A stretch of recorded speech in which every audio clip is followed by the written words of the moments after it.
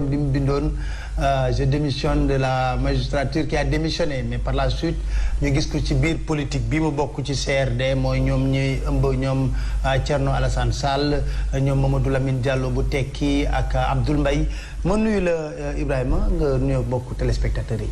Pape Alé Niang maa ngi lay nuyu. di la sant di la gërëm ci sa invitation di nuyu mbokk téléspectateurs yëpp. waaw laaj bu njëkk bi moo di l'actualité moo di dégg nga saagante yeeg yooyu xam naa war nga ci am choc parce que yow da ngay incarner ay valeurs. war nga ci am choc.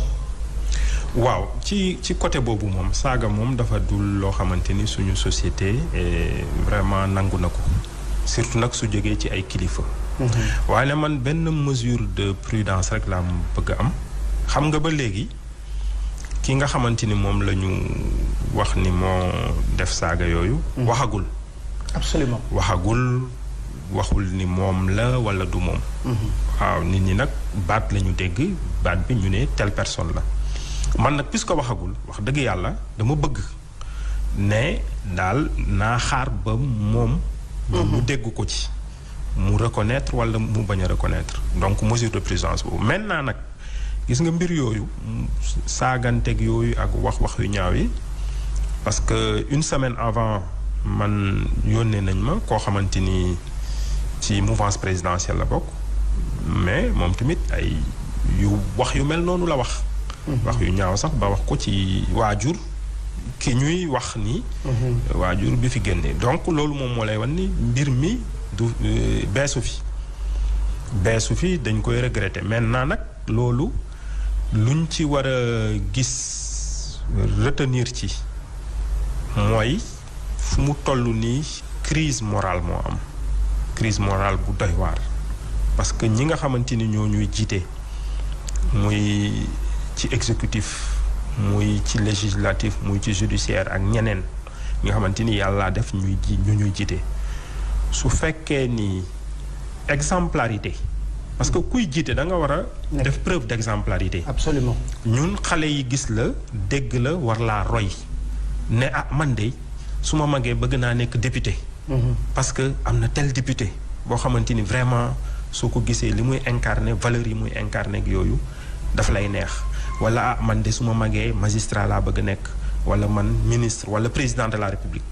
waaw lu tax nag mu mujjee ci président de la république mbir mi yëpp responsabilité benn nit la. lu tax parce que moo jiite parce que réew mi. lu tax xam nga réew yi li koy changer. parce que ay régime présidentiel la ñu nekk. te régime bi ñu nekk c'est un régime présidentialiste te bi président dindee poste premier ministre dafa nekk ni moom rek mooy jiite lépp. mooy jiite. hypertrophie du pouvoir hypertrophie même administration bi actuellement moo koy jiite donc il est comptable lépp lu fi am rek mën nañ ne moom moo jiite kër gi. lépp li nga xamante ni doom yi ci biir moom la ñu def seen faute parce que lii du fi gan. waroon nañu ko sanctionner. est-ce que duñu wax ne crise d'autorité dafa am kon. crise d'autorité xam moom parce que nit ñi suñuy def léegi ci seen politique. il peut même y avoir des règlements de compte. parce que am na ñoo xamante ni ay kilifa lañu dañuy seetaan seen njaboot yi di def lu ko neex peut-être da koy arranger pour diviser ak yooyu kenn xamul daal ñoom lu nekk ci seen. stratégie maintenant lu am solo mooy moom mooy responsable bi waaw mooy parce que ñi fi nekk moo leen tabb. moo leen fi teg waaw moom moo leen fi bàyyi.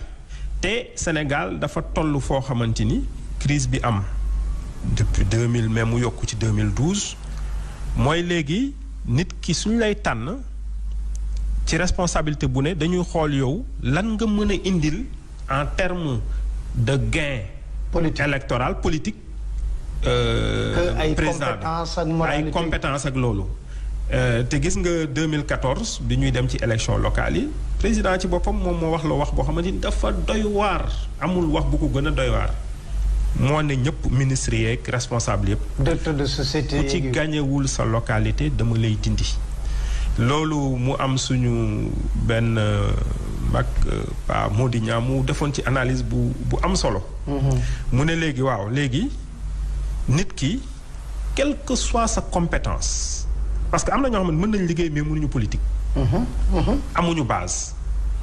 wala intéressé wu leen. wala intéressé wu leen mais mu ne ñooñu ndeysaan dañ leen di fay dindi teg fa ñoo xamante ni ñoom politique rek donc réew mi dafa mel ni liggéeyuñu ko pour sénégalais mais dañ koy liggéey pour ambition politique benn nit.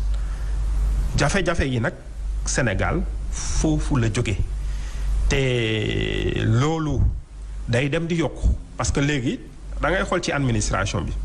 la forte politisation de l'administration. la forte politisation poste direction boo gis ku ci nekk sax pour mu mën ko conserver il faut que mu dem defi politique wala wane ni mu ngi def politique. te xam nañu Sénégal ni ñu defee politique. politique bi suñ koy def xaalis lañ koy defee. xaalis lañ koy defee. donc loolu indi fii problème yi ñu fi gis yëpp. scandale financier yi. scandale financier yi parce que koo xamante ni dafa jàpp ni man su fekkee ni quel que soit lu ma def quel que soit malversation yu ma def tant que maa ngi remplir rek rôle bi ñu ma assigné moom mooy ma ñëw gagné fi ma dëkk. ah mais ñooñu dañuy def te surtout que yoon dafay doxee noo xamante ni. depuis président Macky Sall nekkee fii gisuñu ñu nekk ci camp ñi nekk ak moom yoon di leen topp.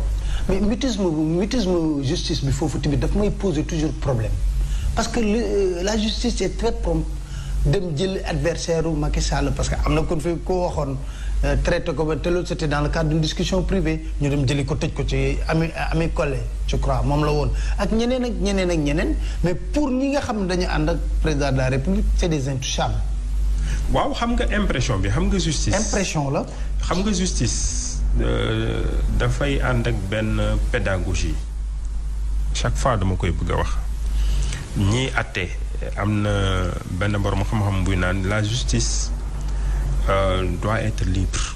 xam nga magistrat yu bari dañuy wax ni te loolu dëgg la ñoom dossier bi ñu yor dañ koy àtte ñoom te duñ ci am benn pression loolu am na mais elle doit aussi paraître libre pour ñu rassurer ñu magistrat yi rassurer ñu dañoo war a wane ni dañ ko war a wane te loolu gis nga ñi fi nekkoon ay Isaac Foster Kéba Mbaye ay Assane Bassirou Diouf ay Youssoufa Ndiaye ak ñooñu magistrat yu mag yooyu dañ doon toog rentrée solennelle cours et tribunaux ñu taxaw dankaf président yow mii yow yaa jiite exécutif mais say décret nañu jaar yoon su jaarul yoon ñun dinañ ko annuler. parce que ñun lii lañ fi nekkee su ngeen deful lu ci yoon justice dana leen tegaat ci yoon. voilà loolu citoyen bi di ko dégg da koy rassurer dana man de sincèrement wax dëgg yàlla jàpp naa ni réew mi am na ñoo xamante ni am nañ doole mais am na ñeneen ñoo xamante ni ñu ngi arrêté. pouvoir boobu parce que contre pouvoir dafa baax ci réew. su amul nag et depuis quelque temps on a l'impression qu'il n'y a pratiquement plus de contre-pouvoir. Il n'y a qu'un seul pouvoir. waaw il n'y a qu'un seul pouvoir. le pouvoir exécutif loolu nag su amee man damay yokk di wax ni gis nga du sécurité sax pour ñoom seen bopp.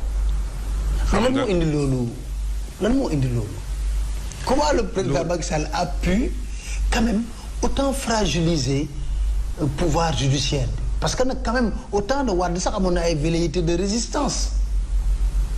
loolu lu doy waar la man maa ngi ci administration justice def naa ci donc pratiquement 20 ans ci ñetti régime wax dëgg yàlla waaye ne loolu lu ko indi rek mooy benn crise bu am ci fonction publique bi yëpp wax dëgg yàlla.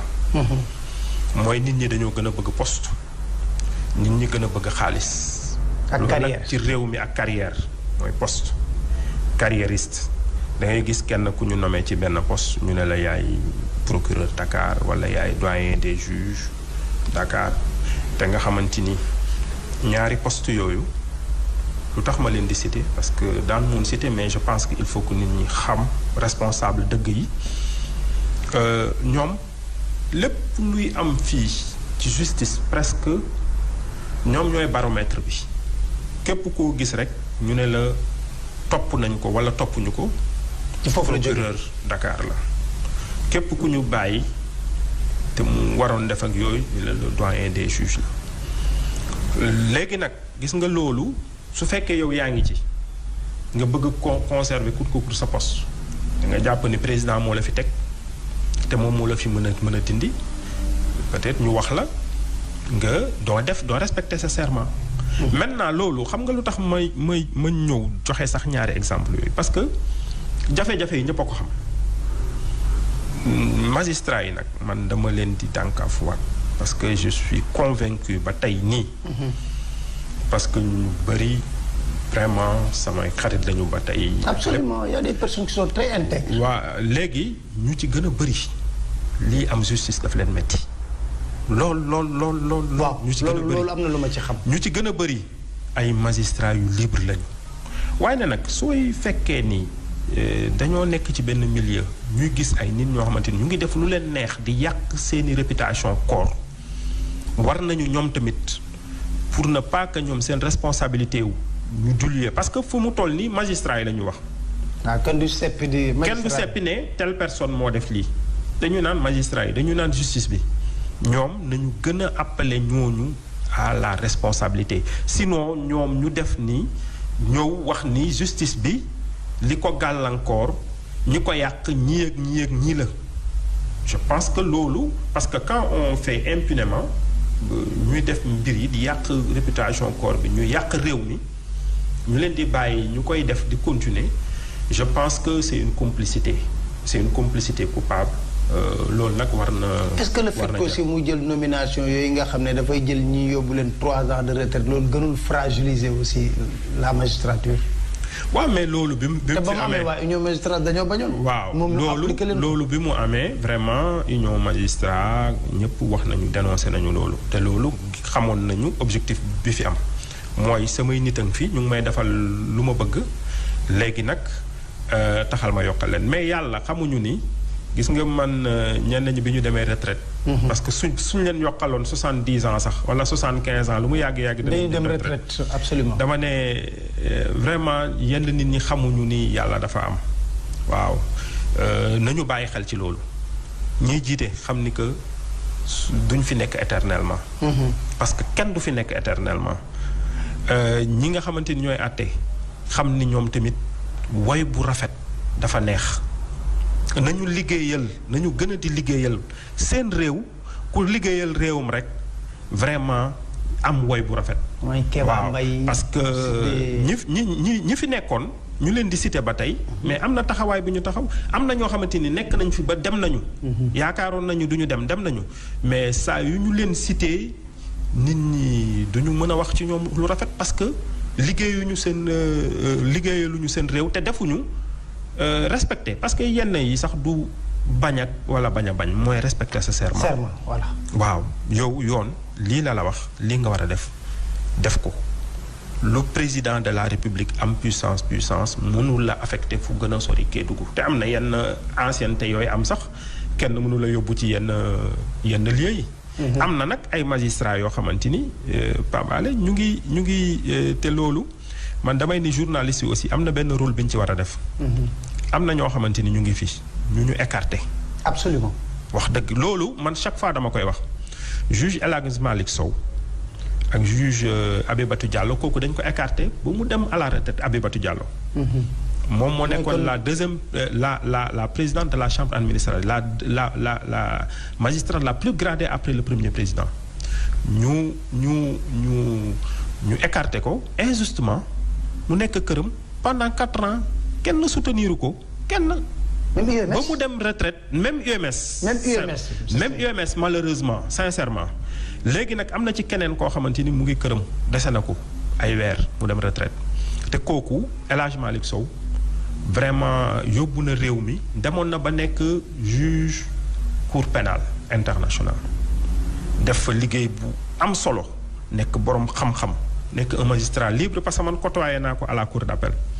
mu ngi këram depuis 4 ans. parce que dara rek ce qu'on reproche maintenant aux magistrats c'est d'être libre. c'est d'être libre.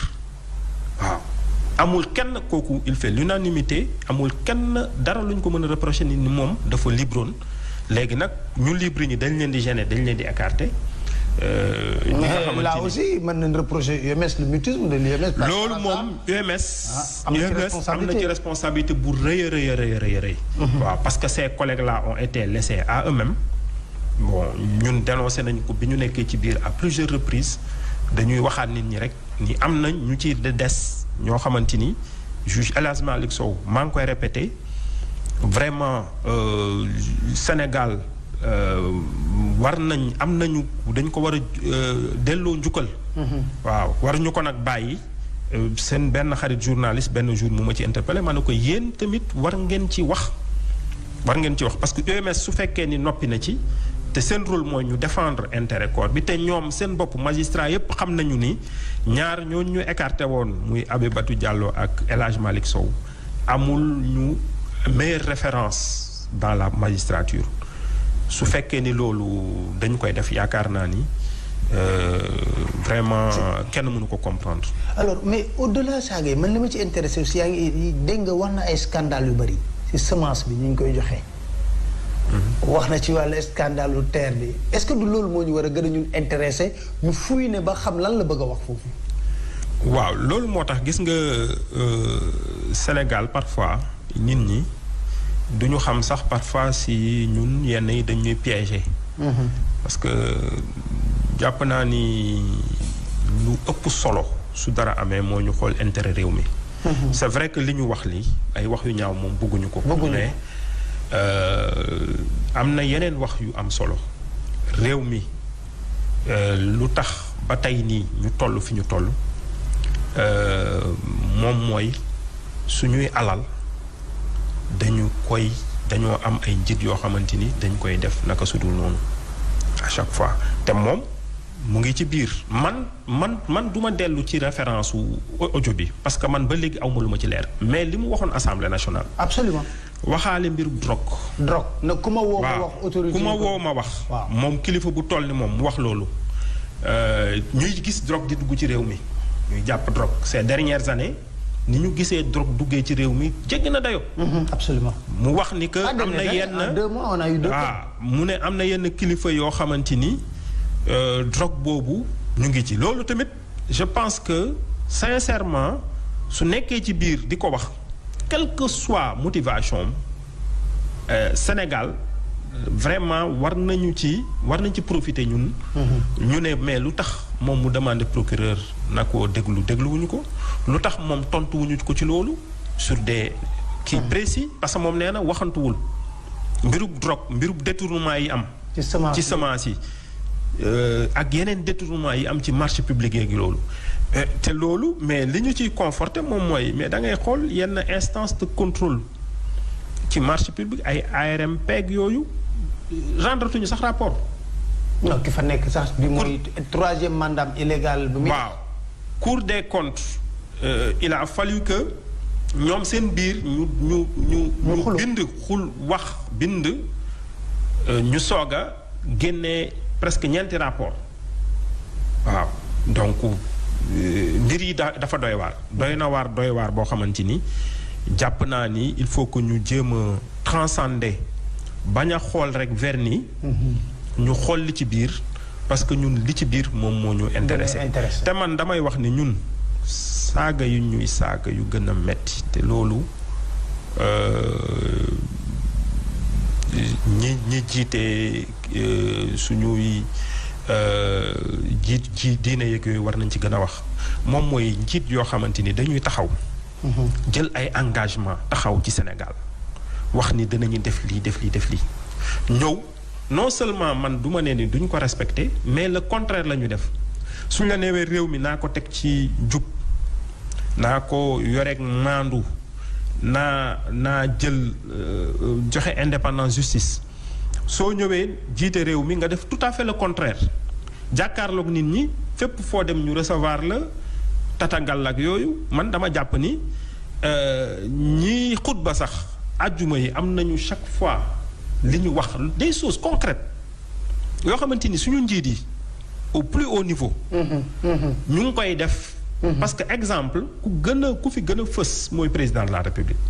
di wax muy dañ. wala wax ne maa waxoon waxeet xam nga am na fi président bu ko wax. waaw mais bi ñu ko waxee nit ñi dañ ci doon reetaan foofu nag la Sénégal je pense commencé yàqu de telle sorte que gis nga sunu président bi man bi mu waxee mbir ci mbirub troisième candidature duñu wax sax troisième mandat troisième candidature. yow da nga foog ne dina laaj troisième. non loolu fu mu toll nii dafa sax évident nit jarul sax nit di am xam-xam wala di seetlu pour xam ni loolu. mu ngi koy togg te li nar a yàq réew mi li ko nar a gàllankoor bu gën a mag. bu gën a mag Covid bii mooy projet troisième candidature.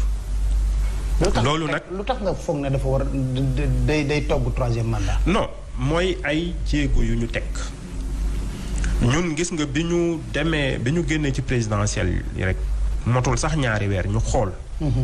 am na ni réew mi demee ñu gis ñoom. ni ñuy defee rek dañoo génn benn article parce que dañoo dellu ñun ci constitution bi parce que xam nga 2016 man dama jàpp ne dañoo nax. ci référendum bi.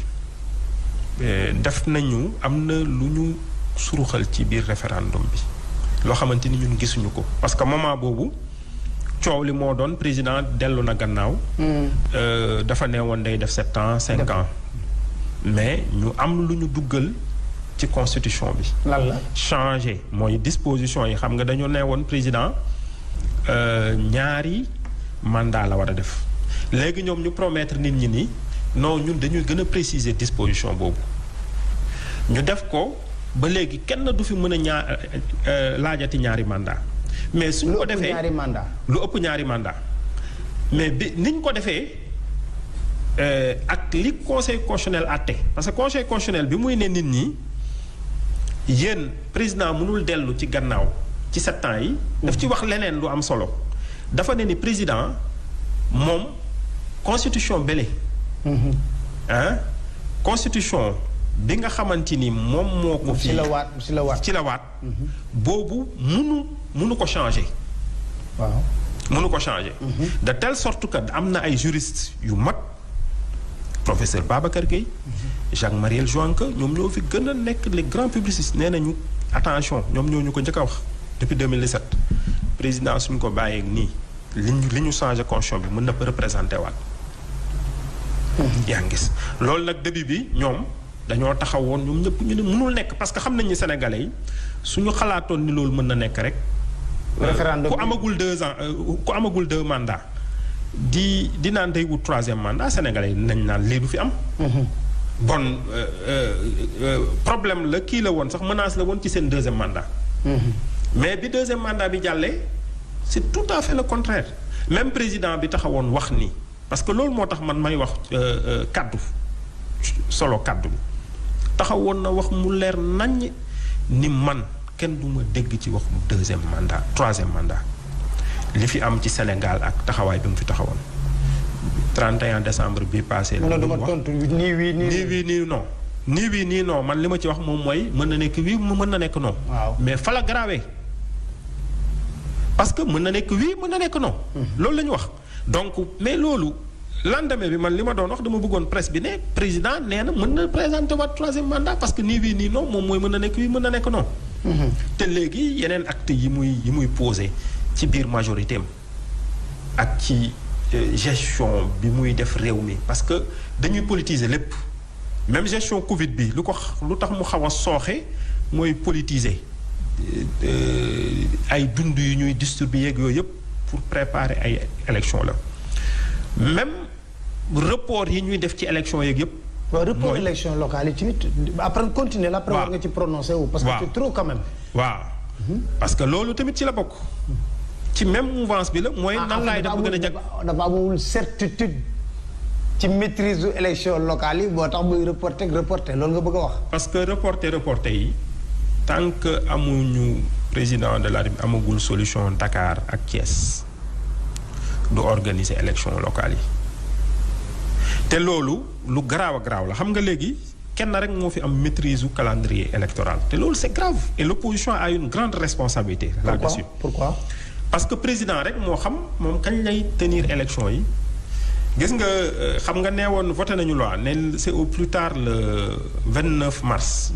loi la loi daf ñu war a tënk ñun ñëpp mais léegi gis nga ñu ngi bëgg dugal bopp sénégalais yi élection daal organisation yàq la ñun Covid bi la ñu tal am na beaucoup de maires qui se sont prononcés dans leur majorité ne nañu reporter les élections encore pour une 3e fois ce qui est inadmissible léegi nag gis nga loolu sénégalais yi seen bopp dañuy leen bëgg a wan ni mbir mi daal mbir élection daal amul solo élection locale yeeg yooyu amul solo parce que ñëpp benn lañu da ngeen di éliraan ñeneen rek ñu ñëw def la même chose alal boobu def ko ci ay élection yàq la waaye ne dama ne opposition bi su fekkoon ni dañoo waxoon ni élection présidentielle la ñu dàq yéen ñëpp ngeen jóg.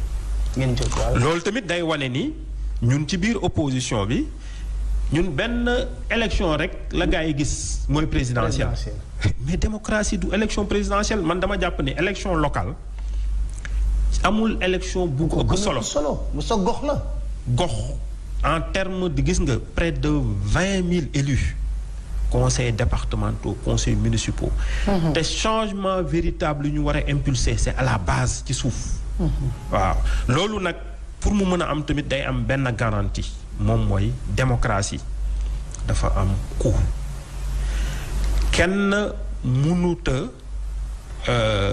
jàpp ni man de mënuma jàpp ni président liñ koy jox près de entre 10 milliards ba 12 milliards mu nekk ay fonds politique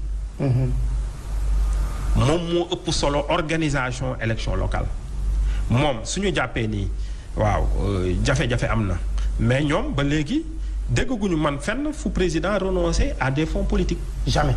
et du ko renoncer. dañ ko sax yokk. donc report boobu Pape Alé Niang man dama jàpp ni test la mais report boobu bu ñu bàyyi ba. da koy booleeg législative yi de. da koy booleeg législative yi parce que fu mu toll nii parce que man damay ne suñ ko booleeg législative yi nit ñi ne moo gën parce que day kii lu tax boole wuñu woon présidentielle ak locales yi. 2019 présidentielle. février la local waroon nekk juin. waaw mais parce que nit ñi dañu ne non du benn parce que dañoo hiérarchiser élection yi. waaw man nag dama jàpp ni fu mu toll nii ñi fi nekk les conseils yi fi nekk ils sont devenus illégitimes. depuis longtemps depuis juin 2019 population bi benn mandat la leen joxoon confiance ñu ci bëri 5 ans la mandat bi 5 ans la bi mu jeexee. ñoom population bi war nañu xoolaat su fekkee ni def nañu liggéey bi leen war. ñu renouveler leen su fekkee defuñu ñeneen ñëw. ci yoon yaakaar naa ni loolu war na. alors dernier point bu ñuy évoqué mooy le scandale foncier. Thiès yéen moom dégg naa. Thiès moom. Dakar moom ñu ngi réglé seen problème. lu jéggi dayo moo fa am. parce que en plus xam nga Thiès ay espace vert yi ñuy jël ay forêt classée. ay suuf suñuy jox ay centaines d'hectares loolu lépp am na Thiès mais Thiès dafa am beneen particularité mooy dañoo ñëw ci commune bi ci ville Thiès ñu def lu ñuy wax désaffectation. man nag li may wax mooy désaffectation c'est prévu par la loi.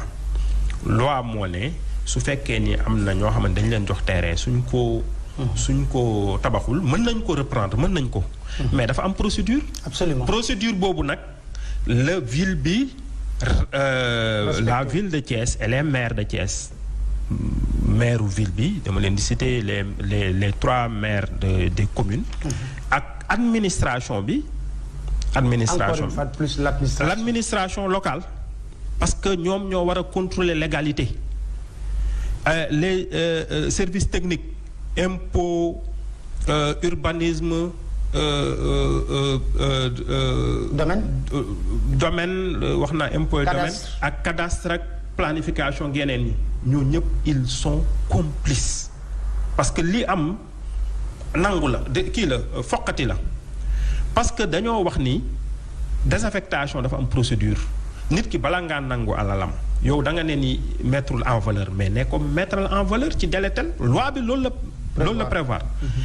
Cour suprême ak conseil d'état àtte nañu plusieurs reprises ne nit su toogoon 30 ans sax tabaxul bala ngaa nangu mbiram da nga koy defal mise en demeure su toogee nag acte defu ko foofu ñu dellu ci conseil municipal mu voté désaffectation. maintenant ñi nga am na ñoo xamante ni mais pratiquement seeni dëkkandoo yi ñoom chaque jour chaque semaine sax ñu ngi doon ñëw di surveiller seen terrain mais dafa mel ni dañoo nëbbatu sax. pour nangu ko. affaire bi ñu ngi wax nañ ko ci rajo yooyu loolu je pense que loi bi prévoirul loolu li ci am daal dafa jéggi dayoo léegi nag ñun opposition bi les partis de l'opposition ak société civile bi ak organisation de défense des intérêts des quartiers dañoo def benn collectif. ñu taxaw pour mbiru suufu Thiès surtout mbiru désaffectation yi parce que amul injustice bu gën a mag boobu da ngay gis ndeysaan jigéen boo xamante ni dafay dem ci marché di xëy 5 heures du matin di dajale ay natt ay at ñëw jënd sa benn terrain Medina Fall nga ñëw ñu tëb benn bis rek ñu ne la nangu nañ ko te suñ ko nangoo ñoom dañ koy partager seen biir. loolu moom moo ci gën scandale te léegi leneen li lu ci am solo man mooy gis nga Pape Alé Niang je pense que responsabilité fii réew mi wax nañ sànq justice mais gis nga démocratie Sénégal presse amoon na ci solo absolument mais man je prends mes responsabilités parce que ñun wax nañu dara loo xamante ni suñu publier ñun dañ leen demander nañu publier liste de désaffectation journalistes yu bëri waxuñu ko parce que dañ cee jot.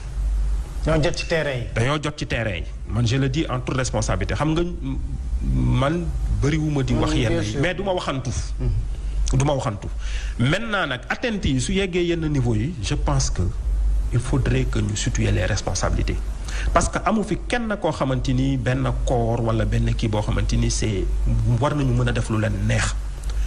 et correct xaw ma seen organisation. kii bi correct war na saisiru problème Thiès bi des journalistes yoo xamante ni dañoo jël ay terrain jàmbur jox leen ko ba pare ñoom ñu noppee information bi tëj seen gémmiñ gis nga ñun bi ñuy def conférence de presse sax yenn journaux yu bëri xoolal rek ci déontologie ñëwuñu. parce que ñun xamoon nañu duñu ñëw ñun jore nañu liste bi ñenn ñi xamoon nañu duñu ñëw mais bi mairie yi di dem di justifier l'injustifiable da nga gis journalistes yi ñëw tàllal leen ñëw bind ci journaux yeeg yooyu non c'est quelque chose d'extraordinaire réew mi dafa toll foo xamante ni gis nga responsabilité il faut ñu situer ko